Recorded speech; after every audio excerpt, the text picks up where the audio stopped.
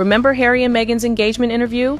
Everyone thought it was romantic, but looking back, the red flags were screaming, and the cringe, off the charts. The biggest red flag came when Harry admitted, with a warm smile, that he didn't know who Meghan was and had never even watched Suits. I'd never watched Suits. I'd never heard of Meghan before, and I was beautifully surprised when I walked into that room and saw her, and there she was sitting there. I was like, okay, well, I really have to up my game. Instead of taking it lightly, Meghan's irritation flashed across her face in real time. Jaw clenching, premature interruptions, and visible tension, she couldn't quite hide it. And then, like a true narcissist, Meghan had to get back to him right then and there, and proceeded to say that she did not know him either. So it was really refreshing because, given that I didn't know a lot about him, everything that I've learned about him, I learned through him, as opposed to having grown up around different news stories or tabloids or whatever else. Anything I learned about him and his family was what he would share with me, and vice versa. When Meghan was asked how she could not know about the royal family, she said something very stupid and completely unbelievable. She said that she didn't know about him because she was American and never paid attention to them. If she didn't know anything about the family, how would she explain these photos of her as a child outside Buckingham Palace? And in an older interview, she admitted she preferred Harry over William. Prince William or Prince Harry? Harry. Harry? Sure. That makes it very hard to believe her story that she knew nothing. It almost looks like she had her eyes on Harry long before their paths ever crossed. But to satisfy her ego, when Harry said he didn't know her, she retaliated with she didn't know him either. But she needs to understand that she's not a Hollywood star. She worked in cable TV show. No one knew her until she married Harry. Another moment that raised eyebrows was when Meghan insisted on protecting the privacy of the friend who introduced them. At first glance, that sounds noble, but the way she jumped in so quickly to emphasize it felt forced, almost fake.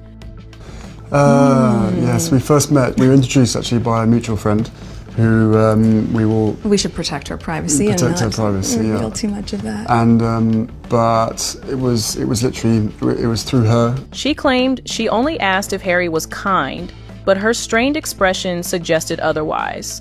Many viewers interpreted that kind really meant rich and famous.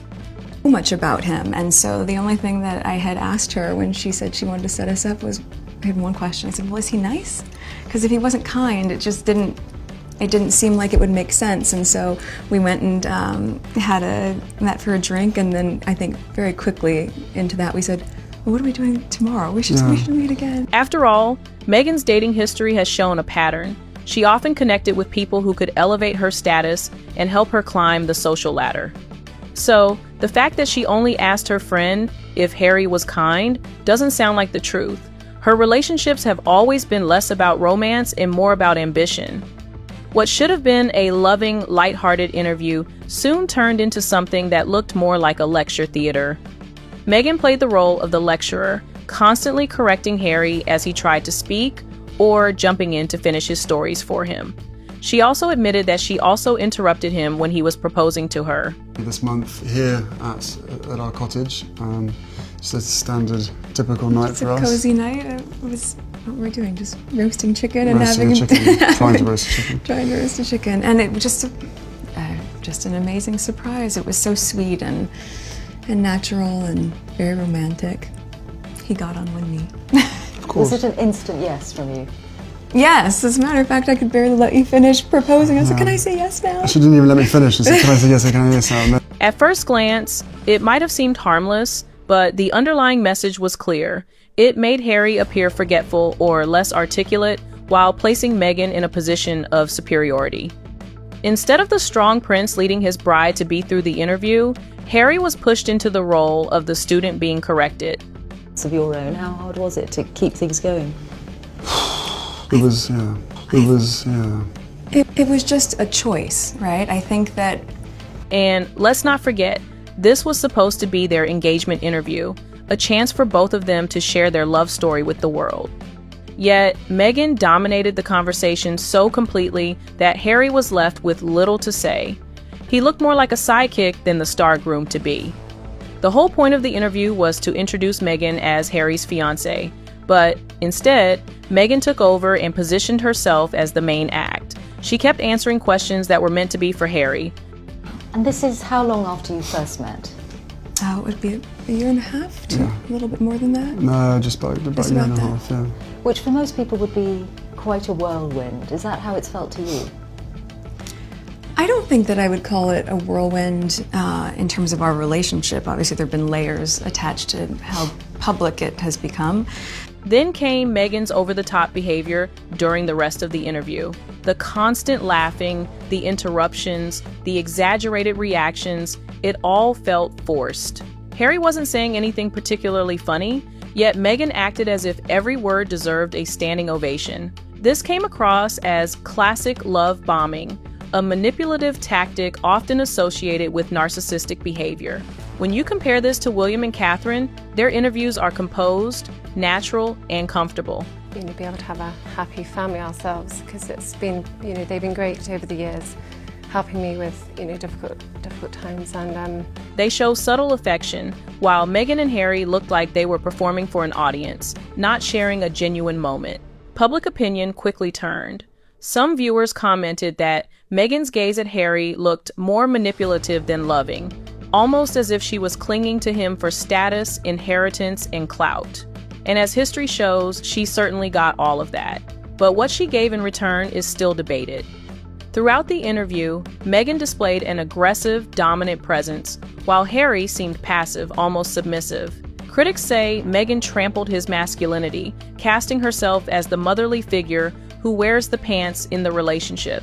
Psychologists even suggest Harry unconsciously seeks that maternal dynamic, shaped by his unresolved grief over Princess Diana. And the little diamonds either side are from my mother's jewelry collection to make sure that she's with us on this crazy journey together. And it's beautiful, and he designed it. One moment that stood out was Harry proclaiming Meghan was capable of anything. At the time, it sounded like praise, but critics now see it as unintentionally prophetic. So I think she's capable So of... nicely said, isn't it? I don't know. She's capable of anything. He didn't stop there. He went as far as to say Meghan was better at royal duties than existing royals.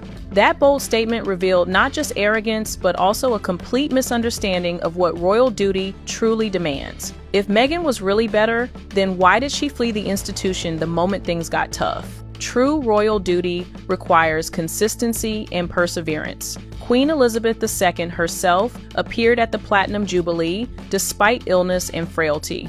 In contrast, Meghan is seen as someone who couldn't endure criticism and instead abandoned her role when challenges arose.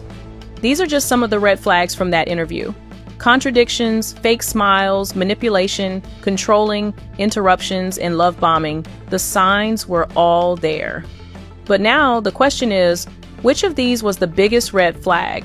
Let me know your thoughts in the comment section, and don't forget to like, comment, and subscribe.